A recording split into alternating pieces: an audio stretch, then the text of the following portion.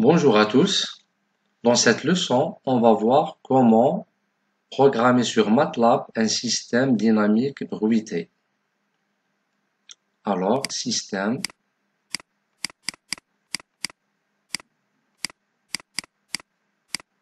dynamique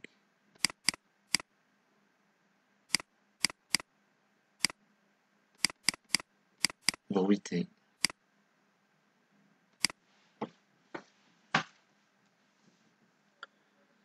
Je vais faire un petit rappel sur ce que nous avons vu la fois passée.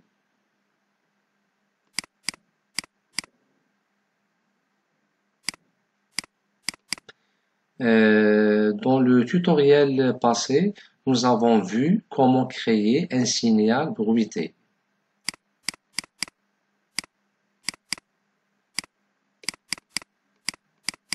Et nous avons dit que ce type de signal est un mélange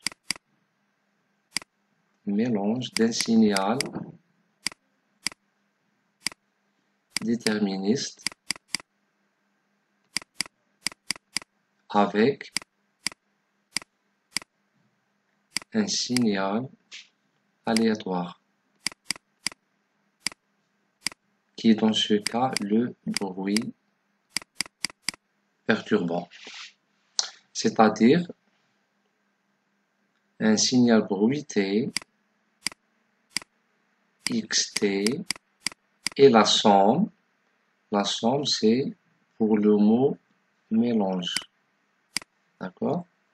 Donc c'est la somme d'une composante déterministe D plus le bruit B de T, d'accord? Donc celui-là c'est le signal bruité, celui-là c'est le signal déterministe, c'est-à-dire non bruité, et celui-là c'est le bruit lui-même ou perturbation.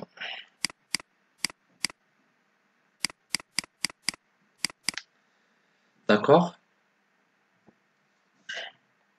Et bien sûr, nous l'avons vu aussi sur MATLAB, où nous avons considéré plusieurs exemples.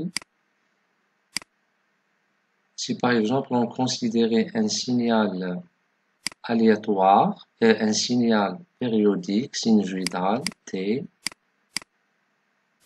donc c'est le signal déterministe xt de T. Pour aboutir à xt,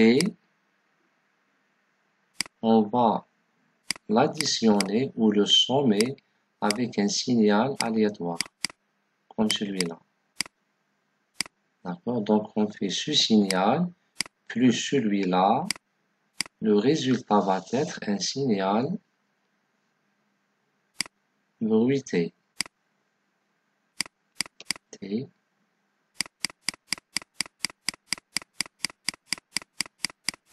Donc on va avoir un signal sinusoïdal bruité de cette manière-là.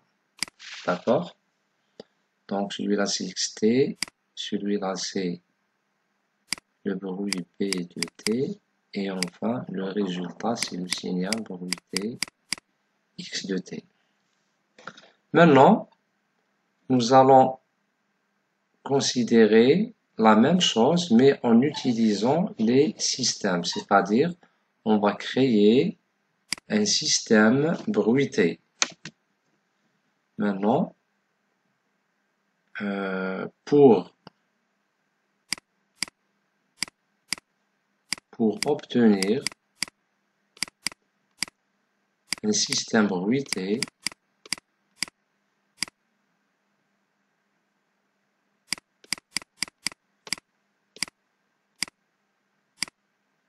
nous allons utiliser le même principe. D'accord? Le principe, c'est quoi? Ou l'idée,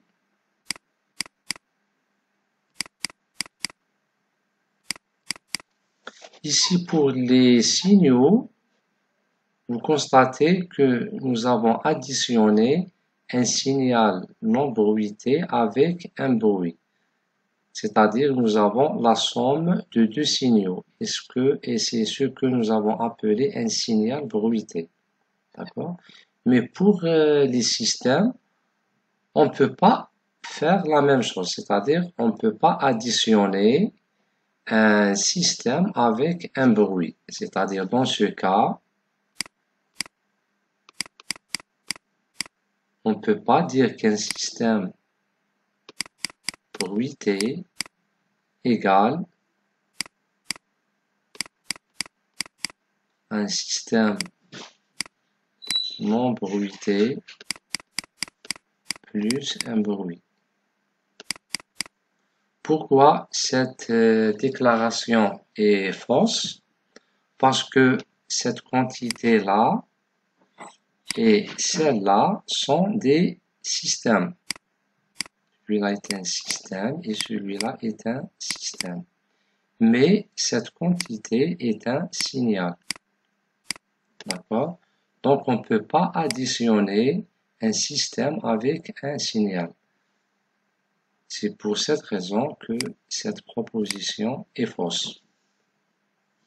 Alors, qu'est-ce qu'on doit utiliser ici pour obtenir un système bruité? Donc, l'idée, c'est quoi? Ou le principe, c'est quoi? C'est perturber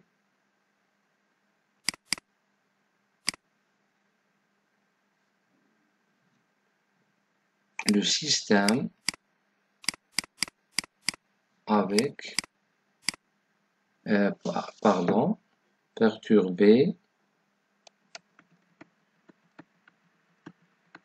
ou bruiter. Le principe, c'est quoi? C'est bruiter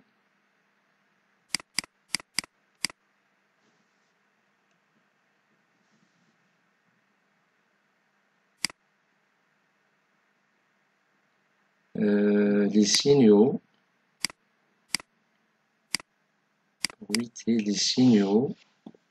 du système. D'accord? C'est-à-dire, on va considérer les signaux existants dans le système, puis on les bruite. C'est-à-dire, si vous avez un système représenté par sa fonction de transfert suivante, G de S, alors, comment bruiter ce système? On sait tous que pour l'entrée, nous avons par exemple une entrée de commande U de T, une sortie Y de T. D'accord?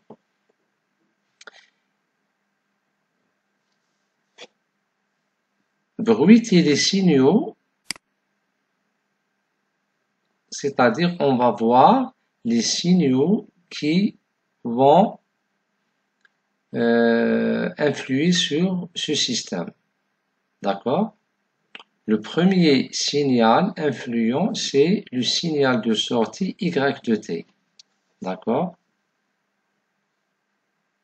Donc, les signaux du système et principalement, on va utiliser le signal de sortie, c'est-à-dire le signal Y de T. D'accord? Donc, la première idée, c'est la première solution, perturber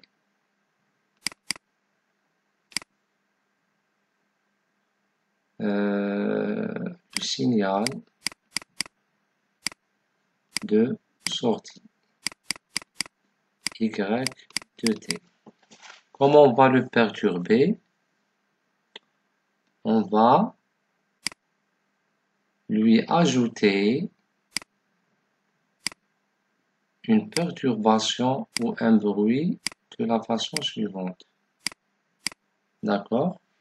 On va lui ajouter, je vais l'appeler ici par exemple le signal V de T. D'accord? Et j'aurai ici à la sortie, je vais appeler ce signal Z de T. D'accord? Comme vous voyez ici, maintenant, on dit que nous avons perturbé la sortie du système. Alors, on dit que nous avons perturbé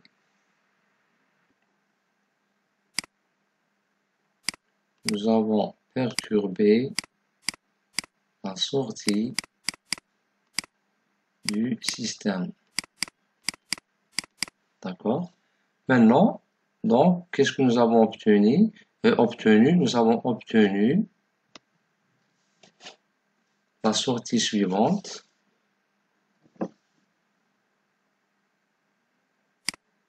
Z de T égale à Y de T plus V de T.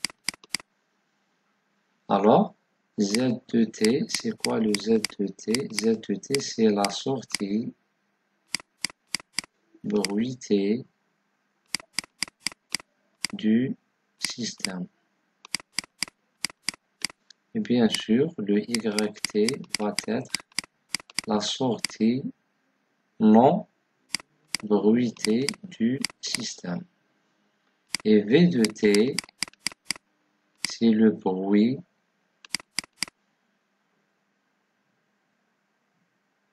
agissant sur la sortie du système. Le V de T est appelé aussi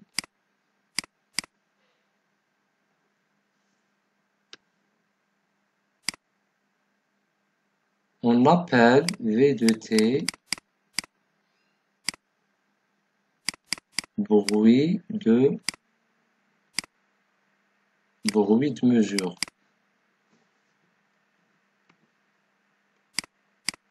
Bruit de mesure.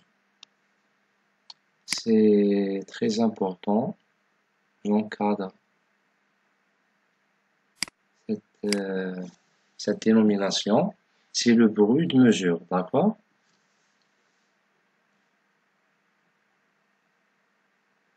Pourquoi on l'appelle bruit de mesure? Parce que ce bruit-là est causé par l'appareil de mesure qui nous mesure le signal Y de T. D'accord? Parce qu'en pratique, pourquoi cette dénomination? Parce que pratiquement, lorsqu'on considère n'importe quel système ou n'importe quel signal, supposons que nous avons par exemple une alimentation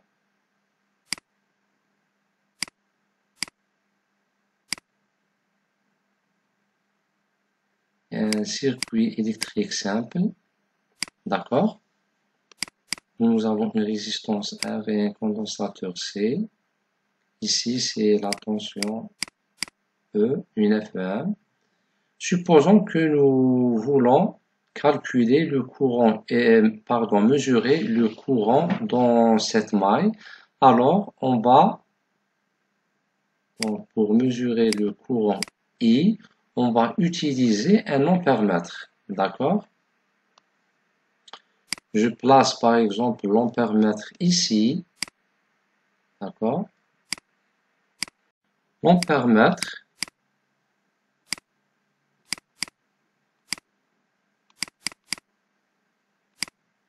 va mesurer le courant I. D'accord? Le courant I, pratiquement, il possède une certaine valeur, mais la valeur qui va être lue par l'ampèremètre n'est pas exactement la valeur réelle de I. Pourquoi? Parce que l'ampèremètre va introduire des erreurs de mesure et ces erreurs sont causées par le bruit qui influe sur l'ampèremètre. C'est un bruit de fond qui est généré par les composants constituant cet ampèremètre. D'accord? Donc je vais écrire ça. L'ampèremètre va nous mesurer des valeurs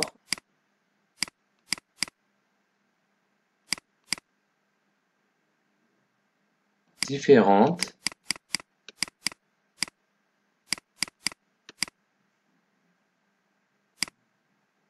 de I réel.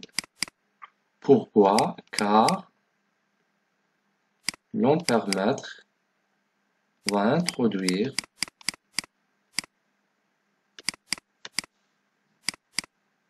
des erreurs de mesure sur I. D'accord? Et ces erreurs de mesure représentent pratiquement ce qu'on appelle le bruit de mesure. Ces erreurs de mesure sont ce qu'on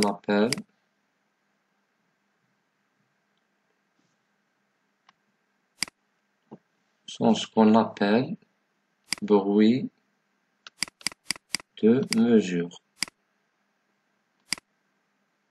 Et les causes de ce bruit de mesure sont les composants internes de l'ampèremètre. Ces bruits sont causés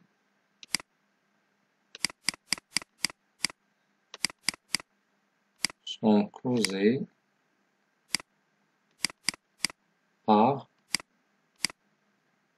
les composants internes de l'ampèremètre.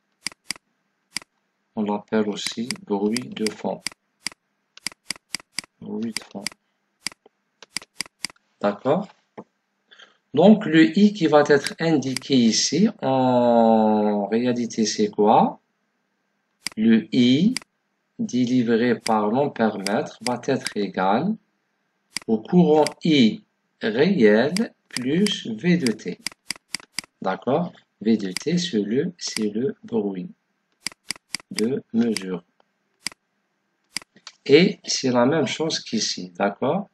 Le signal réel, c'est YT. Alors, on va voir à la sortie, c'est-à-dire la valeur de sortie mesurée, c'est YT plus V de T.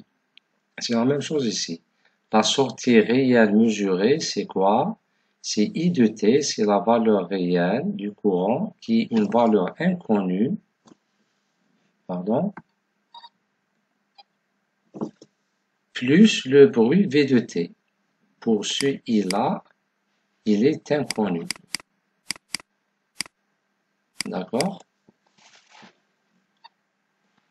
Donc ici, je vous ai donné un aperçu rapide sur la notion de bruit de mesure, c'est-à-dire d'où vient ce vocabulaire de bruit de mesure.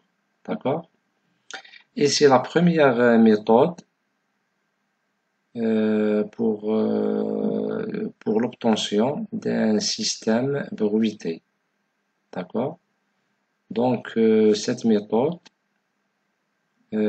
utilise le bruit de l'appareil de mesure pour obtenir la valeur réelle ou la valeur mesurée. D'accord?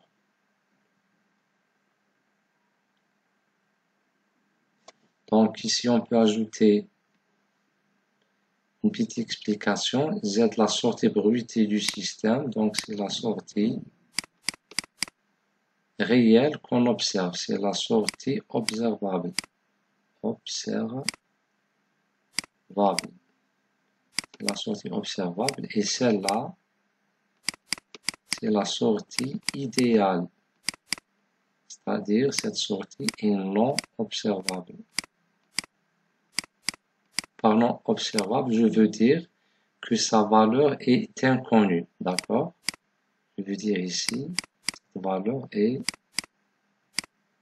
inconnue. Et bien sûr, le bruit agissant sur la sortie du système, donc c'est un bruit de mesure. C'est un bruit introduit par l'appareil de mesure. D'accord?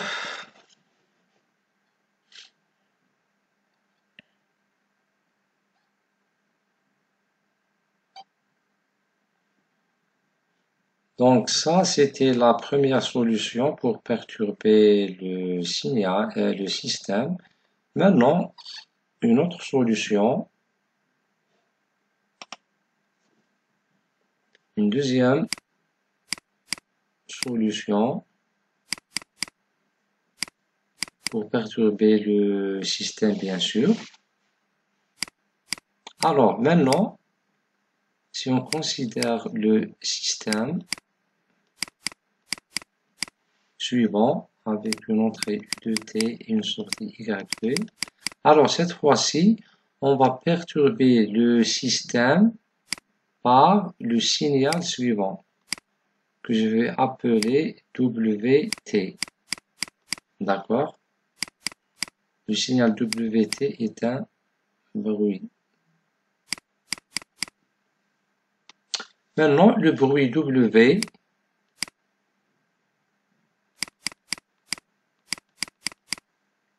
va agir sur les signaux internes du système. D'accord? Les signaux internes peuvent être simplement interprétés par exemple, les variables d'état. D'accord? Ou les variables du vecteur d'état.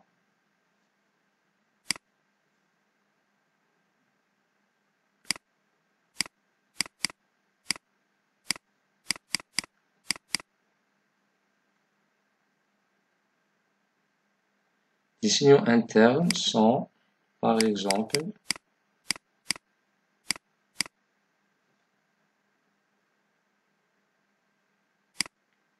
les signaux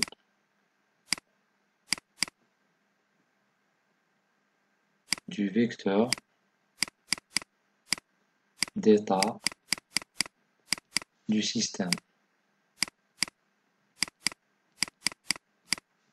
D'accord? C'est-à-dire, si le système est donné dans sa représentation d'état, c'est-à-dire si le système est donné par x point t égale à axt plus but, d'accord? Et si je considère par exemple, bon, non, le bruit va être introduit de la manière suivante, plus, je vais le représenter en rouge, plus W de T, d'accord? C'est quoi le grand W? C'est W majuscule, d'accord? Dans cette représentation, X de T, c'est le vecteur d'état, d'accord? U de T, c'est l'entrée de commande,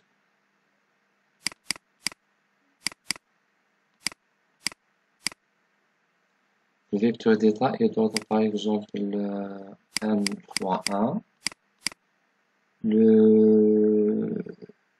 L'entrée de commande, si on considère un système CISO, donc pour un système CISO, donc le U va être 1 fois 1. A, c'est la matrice de dynamique.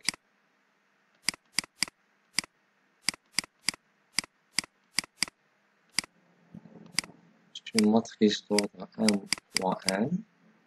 Et le P, c'est le vecteur de l'entrée de commande. Il est d'ordre, par exemple, bon, ici nous avons n fois 1. Donc ici, il va être d'ordre n fois 1.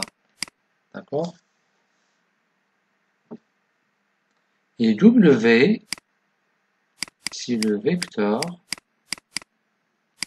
dont les composantes sont les bruits qui influencent les variables d'état. Donc c'est le vecteur du bruit, d'état. D'accord? Donc dans ce cas-là, si on considère la représentation d'état, le W c'est quoi? C'est le bruit d'état.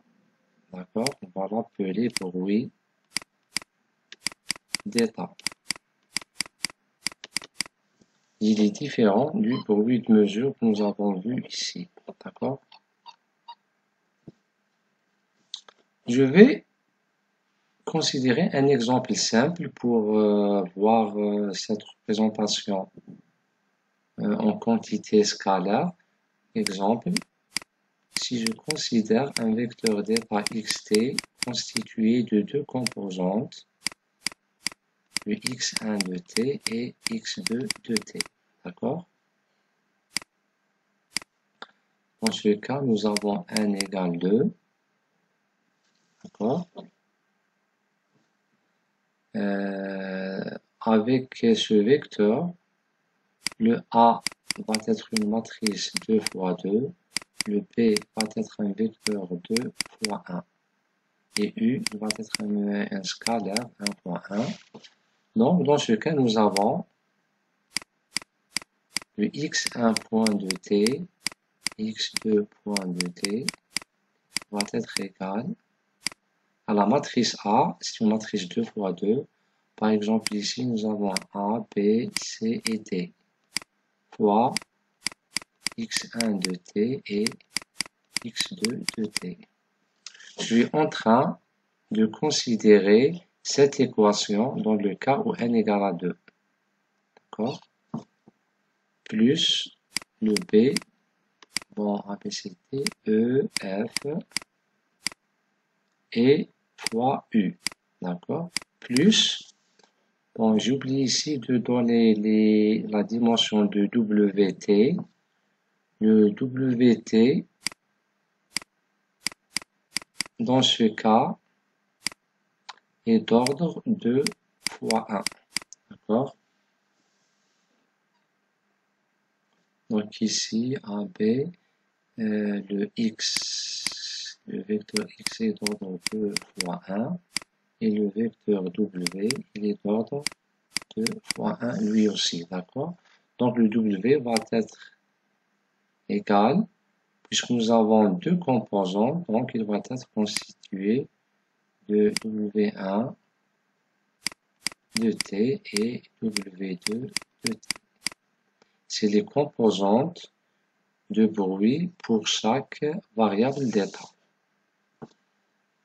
Dans cette situation, le vecteur bruit est égal à la première, à W1 et W2. D'accord? Donc W1T et W2T sont les composantes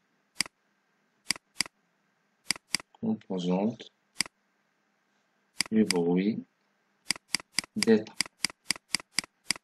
D'accord? Combien de composantes nous avons? Dans ce cas, 2. Donc, le nombre de composantes du bruit d'état est toujours égal au nombre de composantes de la variable d'état x. D'accord? C'est-à-dire, si la variable d'état xt est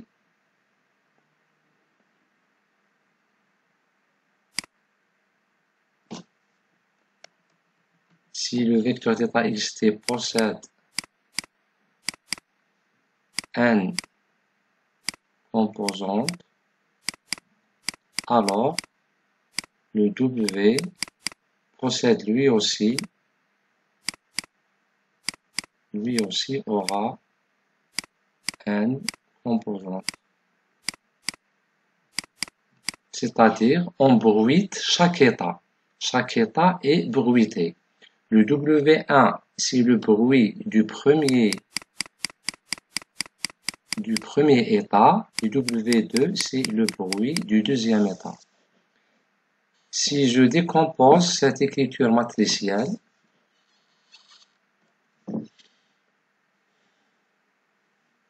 donc je vais avoir,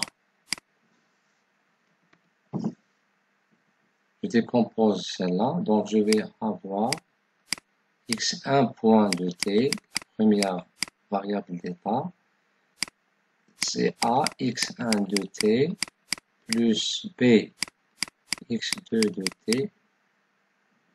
Je suis en train de faire ce produit-là. Cette ligne par cette colonne. D'accord, c'est a fois x1 plus b fois x2 plus e fois u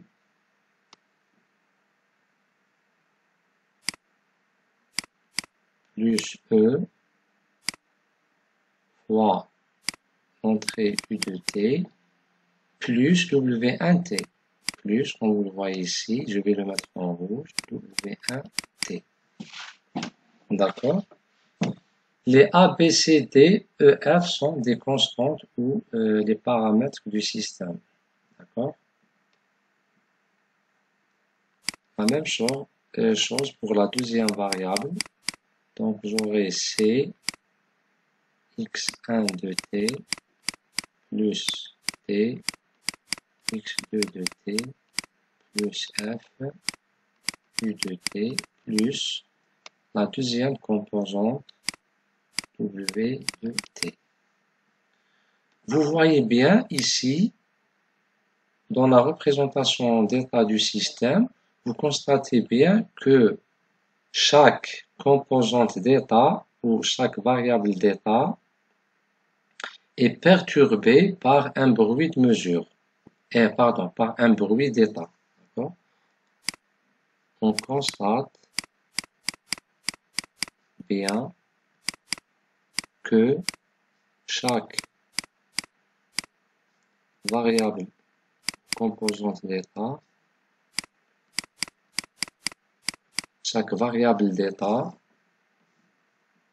une variable d'état, c'est une composante du vecteur d'état, c'est-à-dire une composante en quelque sorte c'est-à-dire chaque composante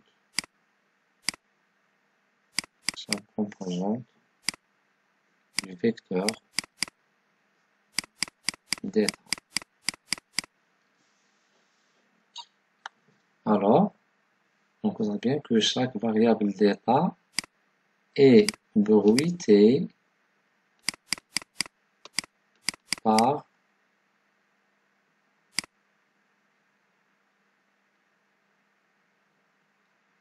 un certain bruit.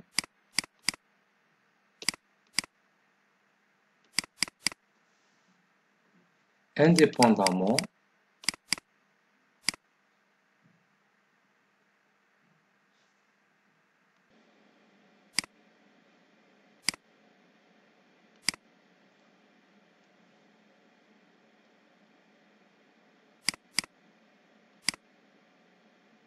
des autres composantes.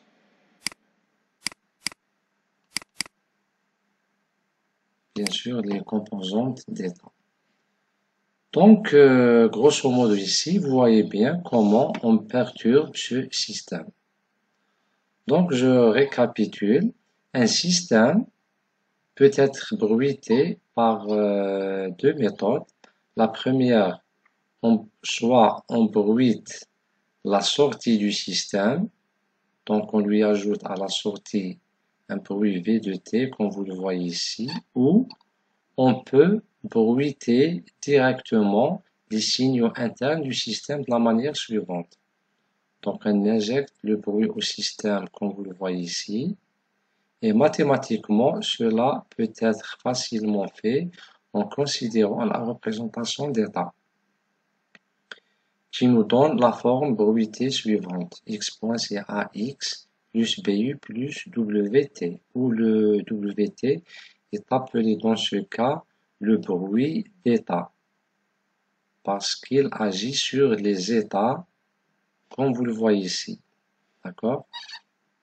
Donc, et avec décomposition, vous voyez bien comment ce bruit agit sur les états du système. Donc, le W1 agit sur le X1 et le W2 agit sur le X2. Je vais finaliser cette partie avec une remarque très importante.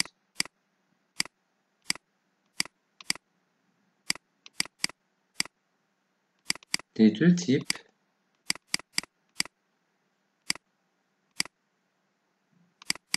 de bruit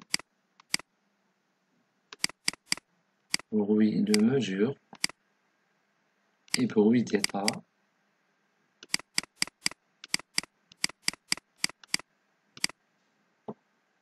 peuvent coexister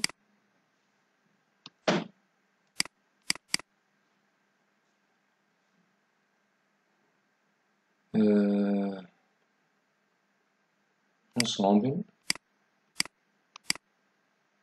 c'est-à-dire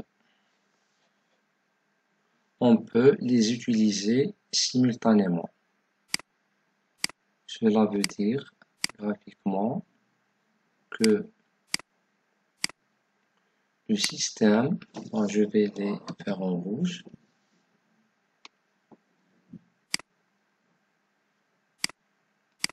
le système peut être perturbé par le bruit de mesure V de T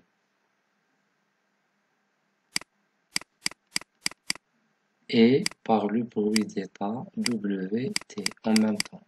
D'accord? Ici, c'est le système.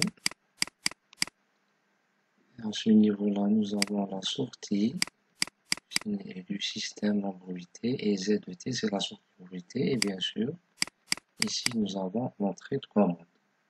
D'accord? Donc, vous voyez bien que cette représentation est générale, c'est-à-dire avec cette présentation, on obtient un système bruité par les deux types de bruit. Dans ce cas, dans cette situation,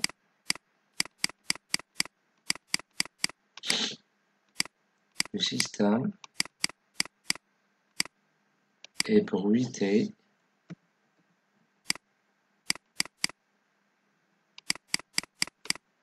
ou perturbé par le bruit d'état et le bruit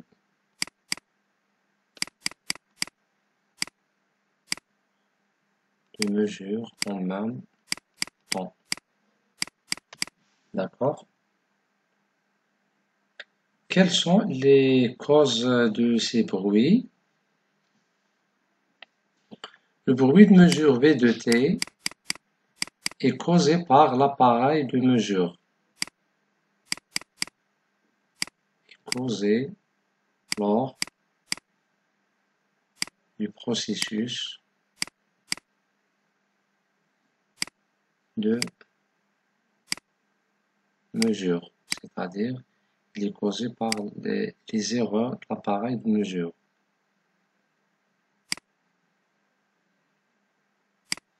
erreur de l'instrument et l'instrument de mesure. Il est déjà noté. Quelles sont les causes? Bien sûr, ces erreurs sont causées par les bruits. Bon, je vais effacer ça. D'accord. Toujours pour le bruit V de T.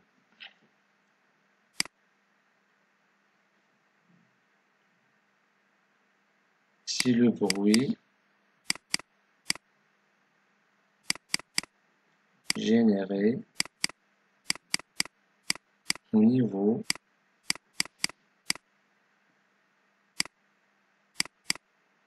des composants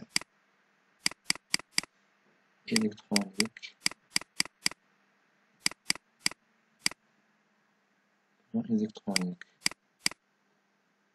soit des composants passifs ou actifs.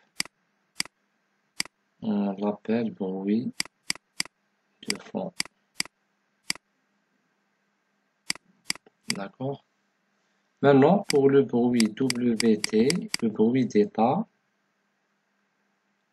c'est un bruit causé. Il peut être de nature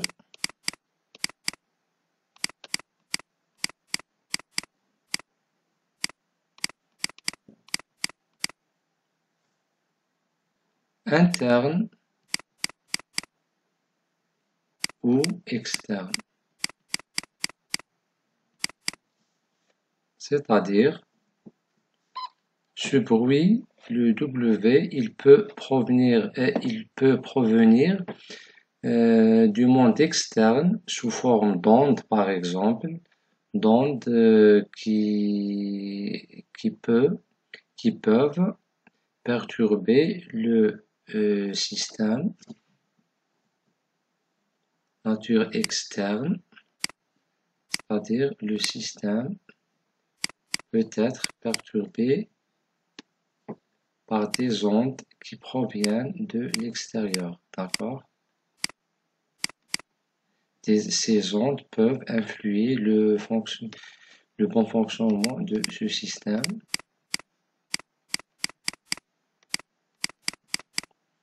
Et si la nature est interne, cela veut dire, dans ce cas, le bruit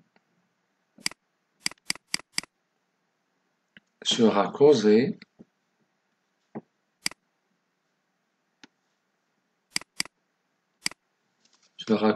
par le bruit de fond des composants constituant ce système. D'accord? Dans ce cas, le bruit est un bruit de fond. C'est un bruit interne.